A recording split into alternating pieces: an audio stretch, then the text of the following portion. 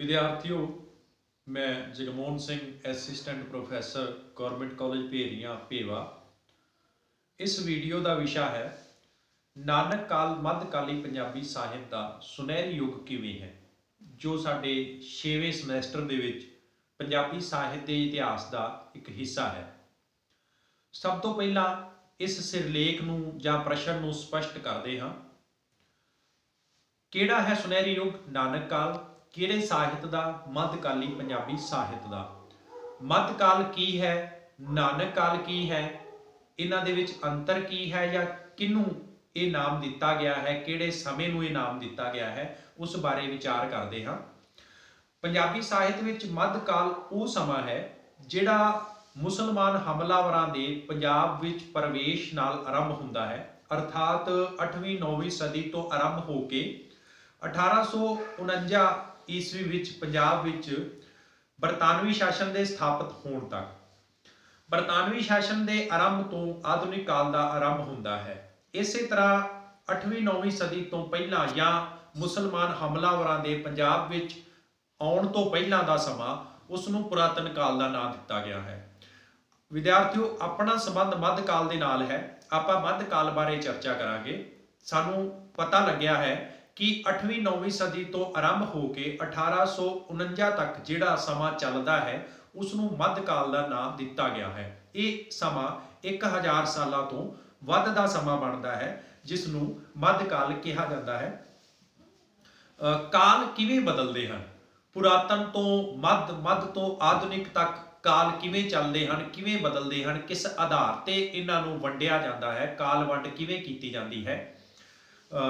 जिस समय समाज में कोई अंदरूनी या बाहरी परिवर्तन आता है तो लोगों की मानसिकता भी परिवर्तित होंदी है। अंदरूनी कारण किवें परिवर्तन आता है? अंदरूनी कारण समाज के विच कोई क्रांति का आना, किसी क्रांति का वापरना। बाहरी कारण किसी बाहरी समाज का साडे समाज में प्रवेश करना, उस दे नाल उहदा सभ्याचार, उहदा साहित्य भी साडे साहित्य नाल साडे सभ्याचार दे विच प्रवेश करता है, जिहदा प्रभाव साडा साहित्य, साडा सभ्याचार कबूलदा है। यही काल वंड का आधार बनता है।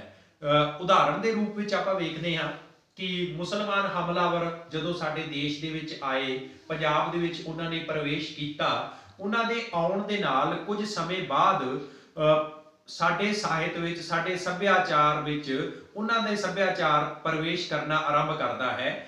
उन्हां दा प्रभाव जिहड़ा है साडा सभ्याचार कबूलदा है। साडे साहित्य रूप जिहड़े ने उन्हां दे साहित्य रूपां दे अनुसार ढलदे हन, जिवें किस्सा काव्य, सूफी साहित्य, वार साहित्य जो कि युद्ध नाल संबंधित रचना है, वो भी इस काल की उपज है।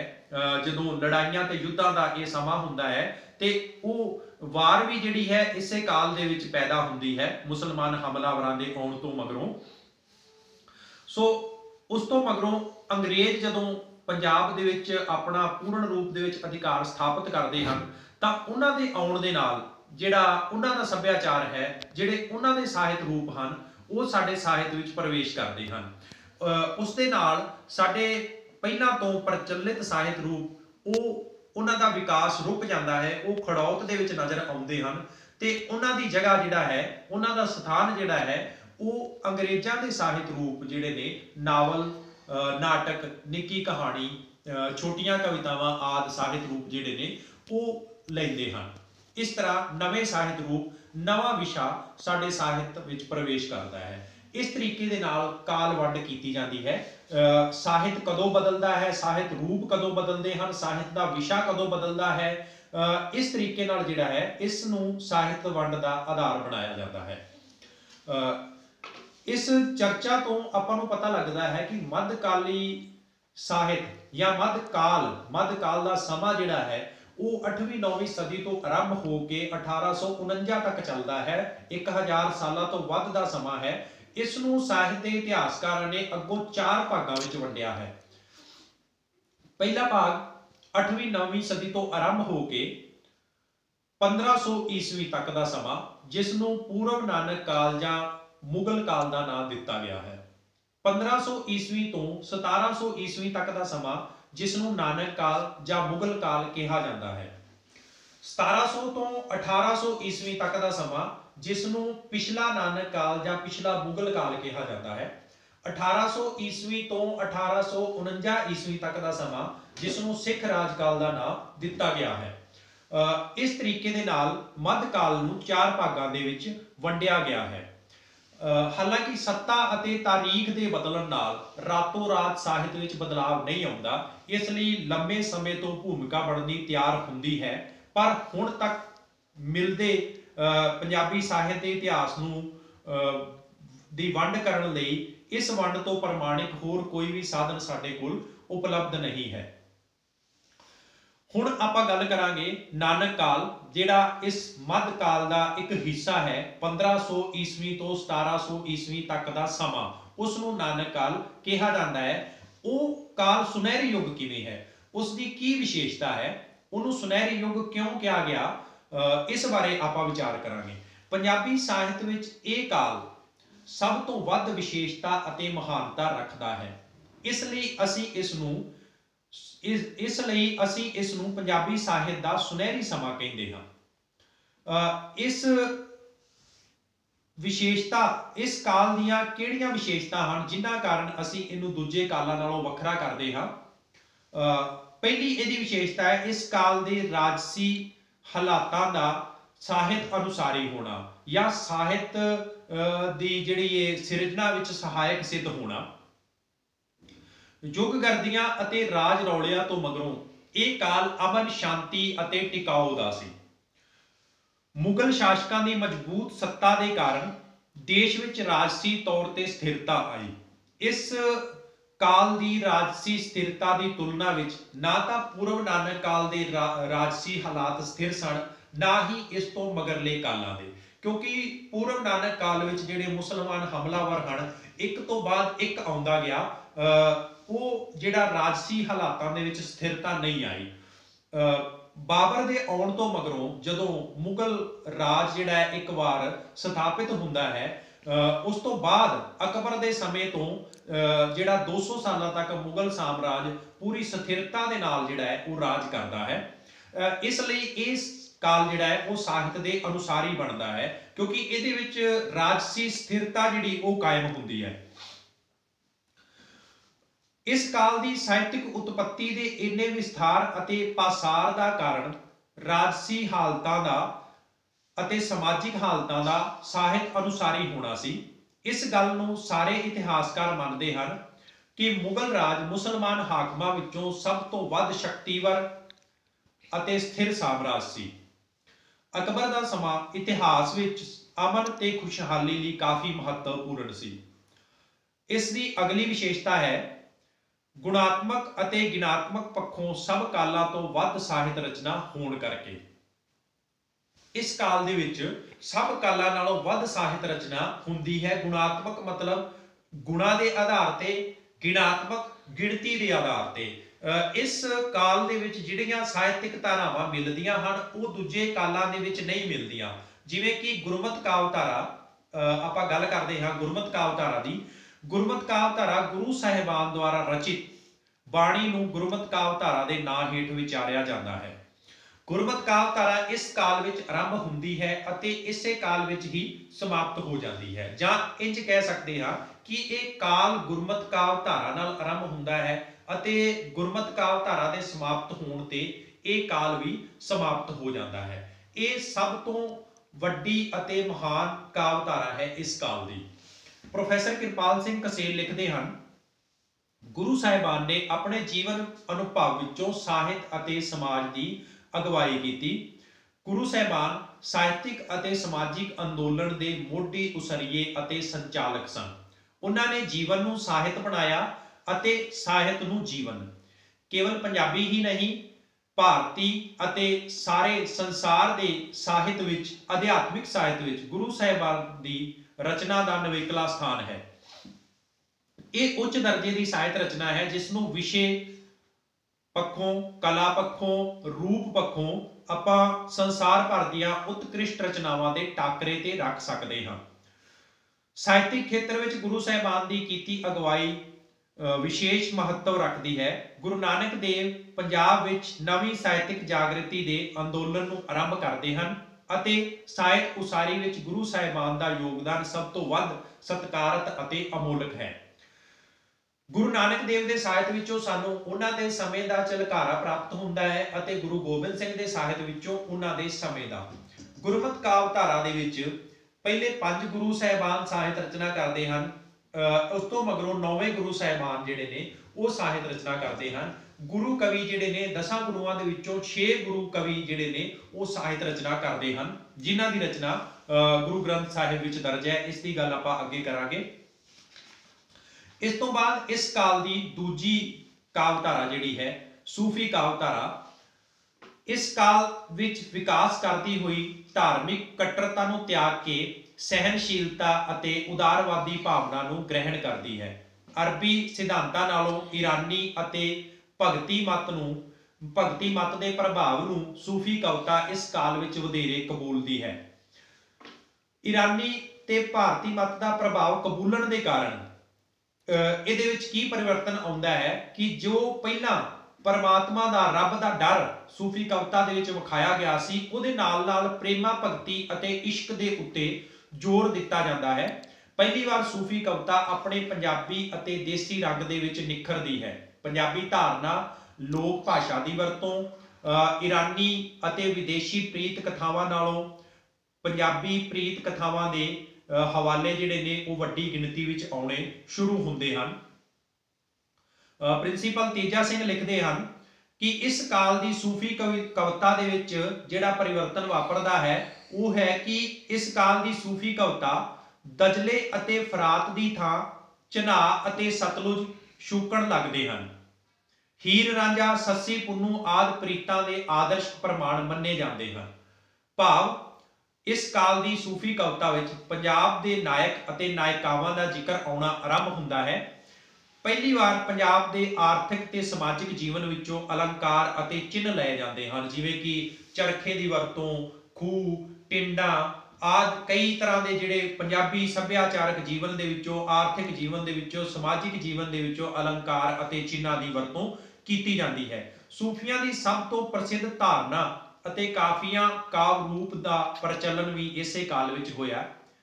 इस काल की सूफी कविता का संखेप वर्णन इस तरह है। शाह हुसैन इस काल के पहले अते सब तो वध प्रसिद्ध सूफी कवि होए हैं, जिन्हां ने इस सूफी कविता दे विच काफियां काव्य रूप की रचना की। सुल्तान बाहू जो इस काल के दूजे उगे सूफी फकीर हैं, उन्होंने सी हरफियां जिहड़ियां पंजाबी भाषा दे विच उन्हां दियां सी हरफियां बहुत प्रसिद्ध हैं। इस तो मगरों शाह शरफ इस काल के प्रसिद्ध सूफी कवि होए हैं, जिन्हां ने दोहड़े काफियां अते शूतरनामा की रचना की। किस्सा काल पहली बार इस काल विच पंजाबी साहित्य विच प्रवेश करता है। अध्यात्मिकता के युग विच प्रेममयी रचनावां दा पंजाबी साहित्य का अंग बनना अपने आप विच बहुत वड्डी प्राप्ति है। इस काल दे विच मिलदा किस्सा काल का वर्णन इस तरह है। दमोदर हीर रांझे का किस्सा रचिया, जो पहला कवि है पंजाबी दे विच किस्सा जिसने लिखिया। हीर रांझे दे किस्से की रचना की। यह किस्सा अजिहा मकबूल होया कि इस तो मगरों आउण वाले जिन्ने भी किस्साकार सन लगभग सब ने हीर रांझे दे किस्से की रचना की। किस्सा काव्य विच अगला कवि है पीलू। पीलू ने मिर्जा साहिबां दा किस्सा पंजाबी साहित्य नूं दिता, जो सद काव्य रूप विच लिखिया गया। तीजे किस्सा कवि हैं हाफिज बरखुरदार, जिन्हां ने पहली बार सस्सी पुन्नू का किस्सा पूरे वेरवे दे नाल जिहड़ा बयान किया, पंजाबी साहित्य विच लिखिया। मिर्जा साहिबां विच पीलू नालों कुछ बुनियादी परिवर्तन करके उसनूं संपूर्ण किया। तीजा किस्सा किस्सा यूसुफ जुलैखा नूं फारसी तो पंजाबी रूप दिता। तीजी कावधारा इस काल की वार काव्य है। वार काव्य रचना पक्षों इस काल नूं श्रोमणी स्थान प्राप्त है। इस काल विच वार काव्य विच नवा प्रयोग हुंदा है। बाहरमुखी वार दे नाल नाल अंतरमुखी वारां दी रचना हुंदी है, जिन्हां दा विषय अध्यात्मिक है। ਬਾਹਰਮੁਖੀ ਵਾਰ ਦੀ ਗੱਲ ਕਰੀਏ ਤਾਂ ਚੰਡੀ ਦੀ ਵਾਰ ਇਸ ਕਾਲ ਦੀ ਸਭ ਤੋਂ ਪ੍ਰਸਿੱਧ ਅਤੇ ਸ਼੍ਰੋਮਣੀ ਰਚਨਾ ਹੈ, ਜਿਸ ਨੂੰ ਗੁਰੂ ਗੋਬਿੰਦ ਸਿੰਘ ਨੇ ਰਚਿਆ। ਬਣਤਰ ਅਤੇ ਤਕਨੀਕ ਦੇ ਪੱਖ ਤੋਂ ਇਹ ਵਾਰ ਇਸ ਕਾਲ ਦੀਆਂ ਸਭ ਤੋਂ ਪ੍ਰਸਿੱਧ ਵਾਰਾਂ ਦੇ ਵਿੱਚੋਂ ਇੱਕ ਹੈ। ਇਹ ਵਾਰ ਜਿਹੜੀ ਹੈ ਜਿਹਦੇ ਵਿੱਚ ਯੁੱਧ ਦਾ ਦ੍ਰਿਸ਼ ਬਿਲਕੁਲ ਪਾਠਕਾਂ ਦੀਆਂ ਅੱਖਾਂ ਦੇ ਸਾਹਮਣੇ ਆਉਂਦਾ ਹੈ ਅਤੇ ਜੋ ਵਾਰ ਕਾਵਿ ਦੇ ਉੱਤੇ, ਵਾਰ ਕਾਵਿ ਦੇ ਪੈਮਾਨੇ ਦੇ ਉੱਤੇ ਪੂਰੀ ਤਰ੍ਹਾਂ ਖਰੀ ਉਤਰਦੀ ਹੈ। ਇਸ ਦੇ ਨਾਲ ਹੀ ਪੰਜਾਬੀ ਵਾਰ ਕਾਵਿ ਵਿੱਚ ਸਿਰਖੰਡੀ ਛੰਦ ਦੀ ਵਰਤੋਂ ਵੀ ਇਸੇ ਕਾਲ ਵਿੱਚ ਕੀਤੀ ਜਾਂਦੀ ਹੈ। ਧੁਨੀਆਂ ਦੀਆਂ ਵਾਰਾਂ ਵਿੱਚ 3 ਵਾਰਾਂ ਇਸ ਕਾਲ ਵਿੱਚ ਮਿਲਦੀਆਂ ਹਨ। ਮਲਕ ਮੁਰੀਦ ਤਥਾ ਚੰਦਰਹੜਾ ਸੋਹੀਆਂ ਦੀ ਵਾਰ, ਜੋਧੇ ਵੀਰੇ ਕੁਰਬਾਨੀ ਦੀ ਵਾਰ ਅਤੇ ਤੀਜੀ ਵਾਰ ਹੈ ਰਾਣੇ ਕੈਲਾਸ਼ ਤਥਾ ਮਾਲਦੇਵ ਦੀ ਵਾਰ। ਇੱਕ ਵਾਰ ਰਚਨਾ ਭੇੜੇ ਕੀ ਵਾਰ ਪਾਤਸ਼ਾਹੀ 10ਵੀਂ ਵੀ ਇਸ ਕਾਲ ਵਿੱਚ ਮਿਲਦੀ ਹੈ। ਇਸ ਦੇ ਨਾਲ ਨਾਲ ਅੰਤਰਮੁਖੀ ਵਾਰਾਂ ਦੇ ਵਿੱਚ 22 ਵਾਰਾਂ ਜੋ ਗੁਰੂ ਸਾਹਿਬਾਨ ਦੁਆਰਾ ਰਚੀਆਂ ਗਈਆਂ ਅਤੇ 39 ਵਾਰਾਂ ਭਾਈ ਗੁਰਦਾਸ ਦੀ ਰਚਨਾ ਵੀ ਇਸ ਕਾਲ ਵਿੱਚ ਪ੍ਰਾਪਤ ਹੁੰਦੀ ਹੈ। ਇਸ ਕਾਲ ਦੀ ਅਗਲੀ ਸਾਹਿਤ ਧਾਰਾ ਹੈ ਵਾਰਤਕ। ਇਸ ਕਾਲ ਦੀ ਵਾਰਤਕ ਸਾਹਿਤ ਜਨਮ ਸਾਖੀ ਦੇ ਰੂਪ ਵਿੱਚ ਸਾਹਮਣੇ ਆਈ। ਗੁਰੂ ਸਾਹਿਬਾਨ ਦੇ ਜੀਵਨ ਨਾਲ ਸੰਬੰਧਿਤ ਸਾਖੀਆਂ ਲਿਖੀਆਂ ਗਈਆਂ, ਉਹਨਾਂ ਨੂੰ ਜਨਮ ਸਾਖੀ ਦਾ ਨਾਮ ਦਿੱਤਾ ਗਿਆ, ਜੋ ਉਹਨਾਂ ਦੇ ਜੀਵਨ ਨੂੰ ਬਿਆਨ ਕਰਦੀਆਂ ਨੇ। ਇਸ ਕਾਲ ਦੇ ਵਿੱਚ ਵਾਰਤਕ ਸਾਹਿਤ ਦੇ ਰੂਪ ਵਿੱਚ ਸਾਡੇ ਸਾਹਮਣੇ ਆਉਂਦੀਆਂ ਹਨ।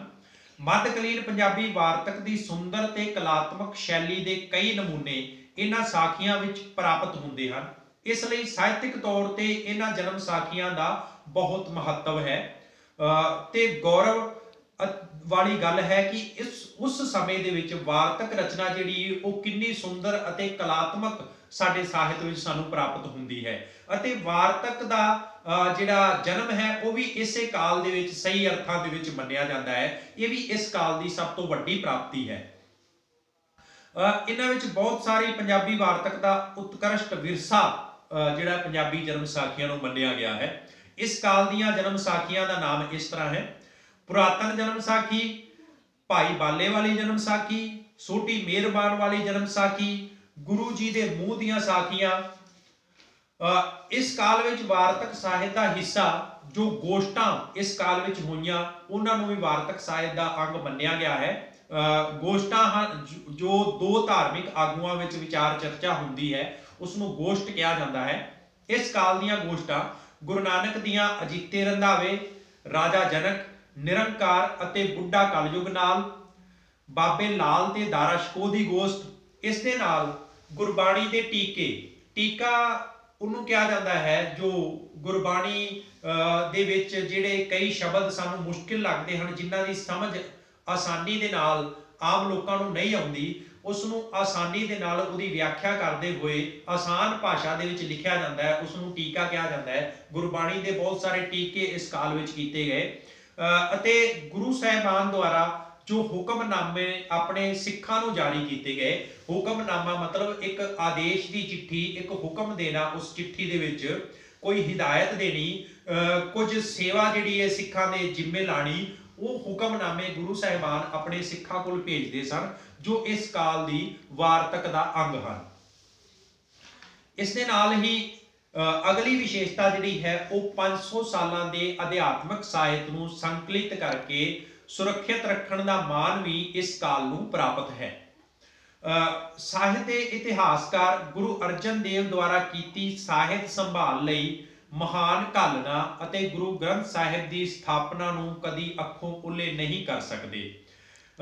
ਇਸ ਪੱਖ ਤੋਂ ਪੰਜਾਬੀ ਭਾਸ਼ਾ ਤੇ ਸਾਹਿਤ ਗੁਰੂ ਅਰਜਨ ਦੇਵ ਦੇ ਰਿਣੀ ਰਹਿਣਗੇ। ਗੁਰੂ ਅਰਜਨ ਦੇਵ ਜੀ ਨੇ ਇਹ ਮਹਿਸੂਸ ਕੀਤਾ ਕਿ ਜਿਹੜਾ ਇਸ ਵਕਤ ਦਾ ਸਾਹਿਤ ਹੈ ਗੁਰੂ ਸਾਹਿਬਾਨਾਂ ਦਾ ਸਾਹਿਤ ਹੈ, ਕਿਉਂਕਿ ਉਹਨਾਂ ਤੋਂ ਪਹਿਲਾਂ 4 ਗੁਰੂ ਜਿਹੜੇ ਨੇ ਉਹ ਗੁਰਬਾਣੀ ਰਚਨਾ ਕਰ ਚੁੱਕੇ ਸਨ।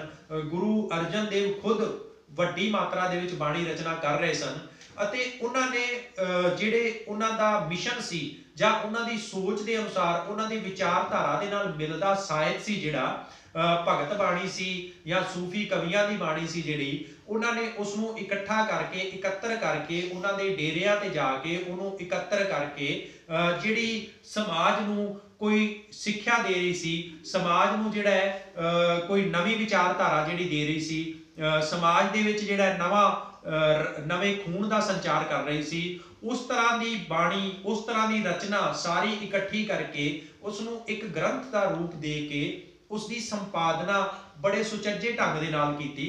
प्रोफैसर कृपाल सिंह कसेल इस बारे लिखते हैं, एक संपादक के तौर पर आपने जो जुगतां इस विच वरतियां हन उसका अध्ययन हर संपादक लई बड़ा दिलचस्प अते लाभदायक है। गुरु अर्जन देव ने इस जरूरत को समझिया कि महापुरुषों की मिलती रचना को इकत्र करके प्रमाणिक थां संकलित कर दिता जाए, जो अपने आप में बड़ा वड्डा कार्य सी, जिसनों संपूर्ण करदियां 4 सालों का वक्त लगा अते आकार के पक्षों यह ग्रंथ 1430 पन्नियां की वड आकारी रचना बनी, जिहदे विच 6 गुरु साहिबान, 15 भगत, 11 भट्ट अते 3 सिखां की रचना नूं दर्ज किया गया, जो कुल संख्या 36 के करीब बनती है। इसलिए इस वड्डे कारज नूं लिखण दा जिहड़ा लिखण दी सेवा जिहड़ी वो भाई गुरदास जी ने की, जिहड़े अरबी, फारसी, संस्कृत अते ब्रिज भाषावां दे बहुत वड्डे विद्वान सन। उन्होंने इस कारज नूं संपूर्ण किया, बड़ी मेहनत के नाल इस कारज नूं निभाया। सो विद्यार्थियों, इस काल दे विच जिहड़ियां ਸਾਹਿਤਿਕ ਧਾਰਾਵਾਂ ਆਪਾਂ ਨੂੰ ਮਿਲਦੀਆਂ ਹਨ ਉਹਨਾਂ ਦਾ ਆਪਾਂ ਜ਼ਿਕਰ ਕੀਤਾ ਹੈ। सब तो वड्डी काल धारा जिहड़ी गुरमत काल धारा इस काल दे विच प्राप्त हुंदी है, सूफी काल धारा इस काल विच मिलदी है, वार काल धारा इस काल विच मिलदी है, वार्तक जिहड़ी इस काल दे विच सानू मिलदी है। इहदे नाल नाल गुरु ग्रंथ साहिब दी संपादना जिहड़ी 500 सालां दा साहित्य जिहड़ा जिन्हों संभाल के रख लिया गया, वो भी बहुत वड्डी जिहड़ी इस काल की विशेषता अते पंजाबी साहित्य की प्राप्ति है। जदों आपां इस काल की दूजे कालां दे नाल तुलना करते हैं, क्योंकि सब तो वड्डी काल धारा जिहड़ी इस काल दे विच गुरमत काल धारा है, वो ना तो पूर्व नानक काल विच प्राप्त हुंदी है, ना ही इस तो मगरले कालां दे विच एक वड्डी काल धारा जिहड़ी है वो साडे साहित्य दे विचों मनफी हो जाती है। इहदे नाल नाल जो इस काल दे विच साहित्य नूं बचाउण दे उपराले कीते गए, साहित्य नूं प्रमाणिक रखण दे उपराले कीते गए, उन्हां दा भी बड़ा वड्डा जिहड़ा है इस साहित्य दे विच, इस काल दे विच जिहड़ा विशेषता अते योगदान बनदा है। इसलिए आपां जदों दूजे कालां दे नाल तुलना करदे होए इस नूं वेखदे हां ते इस काल की रचना जिहड़ी है गुणात्मक पक्षों भी बड़ी उच्ची सुच्ची अते गिणात्मक पक्षों भी बहुत ज़्यादा सानू मिलती है। जिवें कि चंडी दी वार काल धारा दे विच सानू इस काल दे विच प्राप्त हुंदी है, उहदे मुकाबले दे विच पंजाबी साहित्य दे विच होर कोई भी वार जिहड़ी है सामने नहीं आउंदी, बाद पहले कालां दे विच भी ते बाद वाले कालां दे विच भी। इस दे नाल नाल वार्तक साहित्य भी जिहड़ा है वो इस काल दे विच आरंभ हुंदा है, पहली बार आरंभ हुंदा है ते बड़े सुंदर ढंग दे नाल जिहड़ा सानू मिलता है। जन्म साखियां दी कलात्मकता जदों असीं वेखदे हां ते उन्हां दा जिहड़ा नमूना, कलात्मक दा नमूना सानू मिलता है, वो भी बड़े सुचज्जे ढंग दा है। इस दे नाल नाल किस्सा काल धारा इस तो पहले काल विच नहीं मिलती, इसे काल दे विच आरंभ हुंदी है। इस काल नूं किस्सा काल धारा नूं आरंभ करन दा मान प्राप्त है। सूफी काल धारा जिहड़ी है वो पहले समय बाबा फरीद की जिहड़ी रचना है, बड़ी जिहड़ी गुणात्मक पक्षों बड़ी उच्ची रचना है, पर उहदे विच किधरे ना किधरे धार्मिक कट्टरता जिहड़ी सानू दिखाई दिंदी है। पर जिहड़ी ये काल धारा सूफी काल धारा इस काल दी है, जिवें सूफी शाह हुसैन, सुल्तान बाहू, शाह शरफ जिहड़े सूफी कवि मिलते हैं, उन्हां दी रचना दे विच आम लोकां तक जिहड़ी है वो साहित्य जिहड़ा है वो आम लोकां तक पहुंचदा है। उहदे विच जिहड़ा है देसी भाषा की वरतों, आम लोकां दी वरतों, आम लोकां दे जीवन की वरतों, उन्हां दे समाजिक आर्थिक सभ्याचारक जीवन की जिहड़ी इहदे विच सानू जानकारी मिलती है। इस दे नाल ही जिहड़ा साडा काल ये काल है उहदी यही विशेषता है कि गुणात्मक अते गिणात्मक पक्षों साहित्य दा वध दर्जे दे विच होना। जिहड़ा इस दे विच इस साहित्य दे विच जिहड़ा साडे समाज दे विच जिहड़ी दर्जाबंदी सी, ऊच नीच जात पात धर्मां दे विच वंडिया होया, जातां दे विच वंडिया होया, खेतरां दे विच वंडिया होया, जिहड़ा साडा समाज सी उसनूं इह एक जिहड़ा है स्थान दे उत्ते इकट्ठा करदी है। इहदे नाल नाल औरत दे बारे जो पहिलां धारणा प्रचलित सी उसनूं जिहड़ा है बहुत माड़ा गिणिया जांदा सी। इहदे विच गुरु साहिबान द्वारा औरत दे हक दे लई भी आवाज़ उठाई गई। ये जिहड़ी है नवे जमाने दी जो सानू इस जमाने दे विच ਜੋ ਮਿਲਦਾ ਹੈ ਉਸੇ ਤਰ੍ਹਾਂ ਉਹ ਅੱਜ ਤੋਂ 500 ਸਾਲ ਪਹਿਲਾਂ ਸਾਡੇ ਗੁਰੂ ਸਾਹਿਬਾਨ ਨੇ ਆਪਣੇ ਸਾਹਿਤ ਦੇ ਵਿੱਚ ਜਿਹੜਾ ਹੈ ਉਹ ਅੰਕਿਤ ਕਰ ਦਿੱਤਾ ਸੀ। ਇਸ ਲਈ ਸੋ ਵਿਦਿਆਰਥੀਓ ਇਹ ਸੀ ਗੁਰੂ ਨਾਨਕ ਕਾਲ ਦੀ ਵਿਸ਼ੇਸ਼ਤਾ ਜਿਹਦੇ ਬਾਰੇ ਆਪਾਂ ਗੱਲ ਕੀਤੀ ਹੈ। ਬਹੁਤ ਬਹੁਤ ਧੰਨਵਾਦ।